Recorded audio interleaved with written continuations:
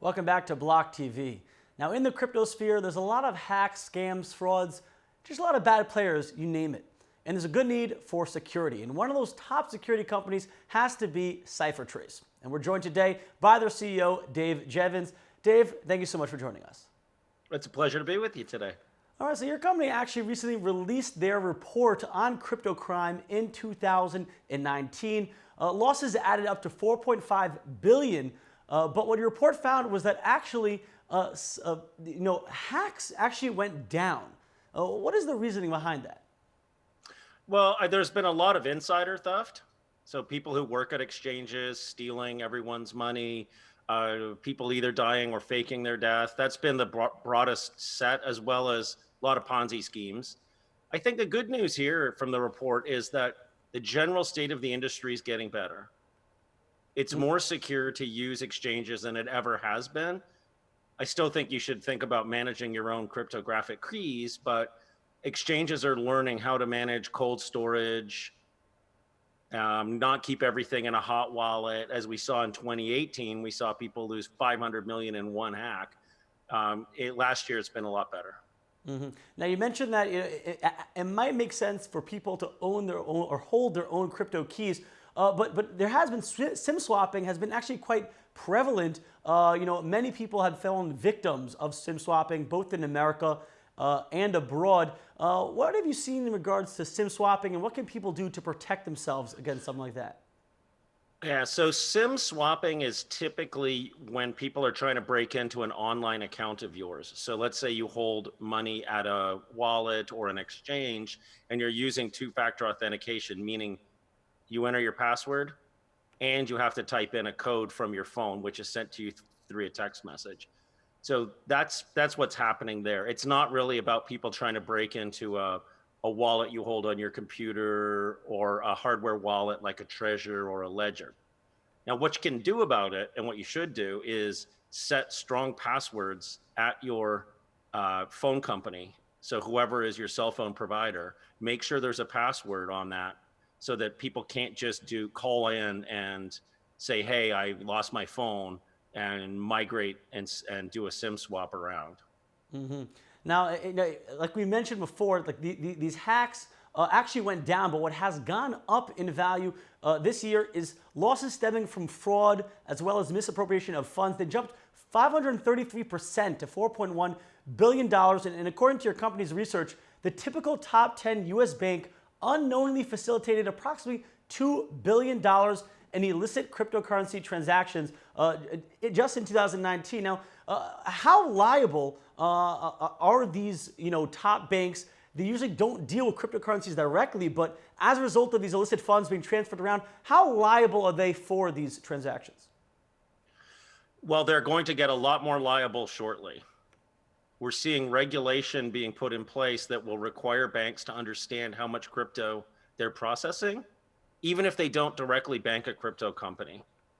So they're going to have to be able to watch their wire transfers, their ACH, and their credit card transactions to identify if there's cryptocurrency transactions attached to them, and whether that company that's doing it is legit, is in the right region. So for example, you don't want to process transactions from a sanctioned country. So they're going to get a lot more, held a lot more accountable. Mm-hmm. And up until now, traditional banks have not had the best relationship, to say it nicely, with crypto exchanges. So is this going to add to the fear? Is this going to cause the banks to even shut their doors even harder against exchanges because they're afraid of being liable? No, I think what I'm seeing in the market is banks are looking to get into the business. So we know that there's several banks out there that, for example, between two banks, bank well over 1,000 crypto companies. The big banks want a piece of the action. It can be very profitable, and there's a lot of wonderful cryptocurrency companies out there that have fantastic reputations, great customers, tens of millions of customers. They want a piece of that action. So what I'm seeing in the market is, as the regulations get more strict, it's easier for the banks to trust that they're not going to have problems. They know what's going to happen with their customers. And as far as I can see, a large number of the big banks are looking to move in to help grow the cryptocurrency economy. Mm-hmm. Now, Europe has passed new regulations, AMLD5 regulations that are pretty much saying that crypto fiat exchanges have to comply. On top of that, there's the AFTF and BSA funds. They have the travel rules, where pretty much these virtual asset providers have to kind of have information report two sides. Do you see that there will be a split in the crypto exchange, field industry, where there'll be those who, agree and adhere to the regulations and team up with the banks, and more of those who kind of are aiming for more the black market, the more privacy focused? Do you see for potentially a split, on both the white and black sides, let's say, of the equation?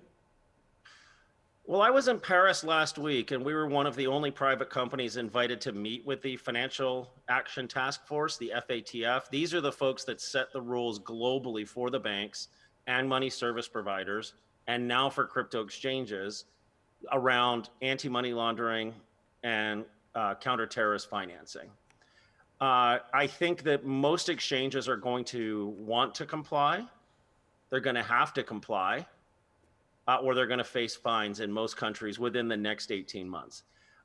As regards your question around, will there be a dark side and a light side? I think there absolutely will be, but it's going to get moved into countries where most people don't do business. So you'll see countries that are not part of the OECD, where these guys can still operate without having any kind of real controls. The other thing I'm starting to see, which I think is interesting, is that the privacy-based coins are moving to support the regulations, because they want to be able to make sure there's liquidity in every major country. So if we're talking Monero, Zcash, and others, they're working with an effort that CipherTrace started, but has become a broad industry effort to support travel rule in a non-proprietary, open source, open governance way. So I think there's a lot of promise here. Mm-hmm.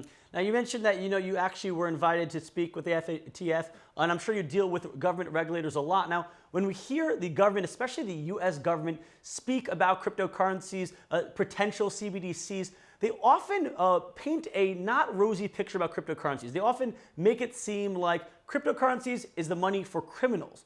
But when we both know, when we look at the actual numbers, the percentage of cryptocurrency transactions that are actually illicit, even though the total number value might be high, the percentage is a very small percentage. Why are government officials, especially in the U.S., are they just not educated on this, or do they have another motive that makes them portray cryptocurrencies in such a dark light?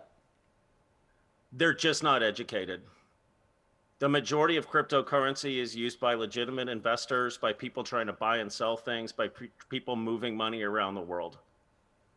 Mm-hmm. They just need education. I mean, as you point out, the criminal amount on cryptocurrencies is dwarfed by the amount that is done using cash.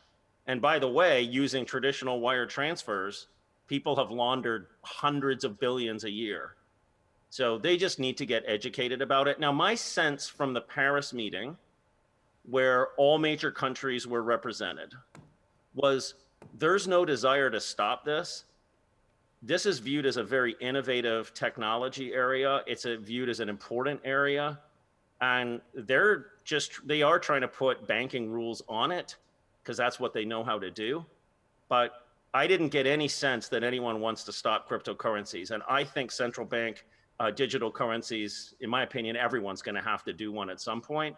And I think these guys recognize it too. It just is an educational issue. Mm-hmm. Well, we're glad to know that we have a man on the inside who's there on the talks, Dave Jevans, explaining and prophesizing the wonders of cryptocurrency to the regulators who need to know. Dave, thank you so much for joining us here on BLOCKTV. And for all our viewers at home, if you want more on cryptocurrencies, blockchain, and technology, make sure to check us out at blocktv.com.